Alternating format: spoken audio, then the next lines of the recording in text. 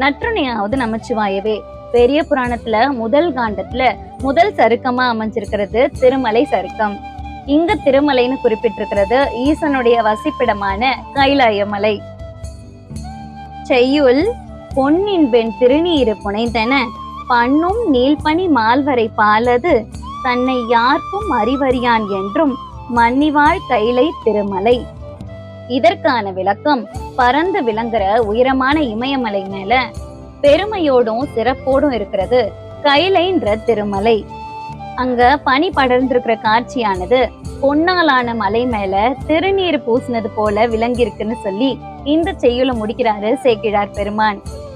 அடுத்த செய்யுள், அண்ணல் வீற்றிருக்க பெற்றது ஆதலின் நன்னும் மூன்றும் உலகும் நான் மறைகளும் எண்ணில் மாதவம் செய்ய வந்தெய்திய புண்ணியம் திரண்டு உள்ளது போல்வது.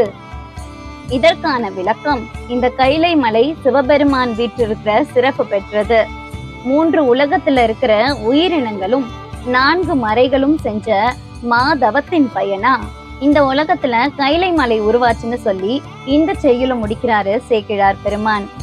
சைவ சித்தாந்தத்தின்படி இங்க எண்ணிலடங்காத அண்டங்கள் இருக்கிறதா சொல்லப்படுது. அப்படி எண்ணற்ற அண்டங்கள் இருந்தாலும் நாம வாழ்ற இந்த உலகத்துலதான் கைலாய மலை இருக்கு. அதத்தான் இந்த செய்யுள்ல சொல்லியிருக்கிறாரு. அடுத்த செய்யுளுக்கான விளக்கத்தை நாளைக்கு வீடியோல பார்க்கலாம். திருச்சிற்றம்பலம்.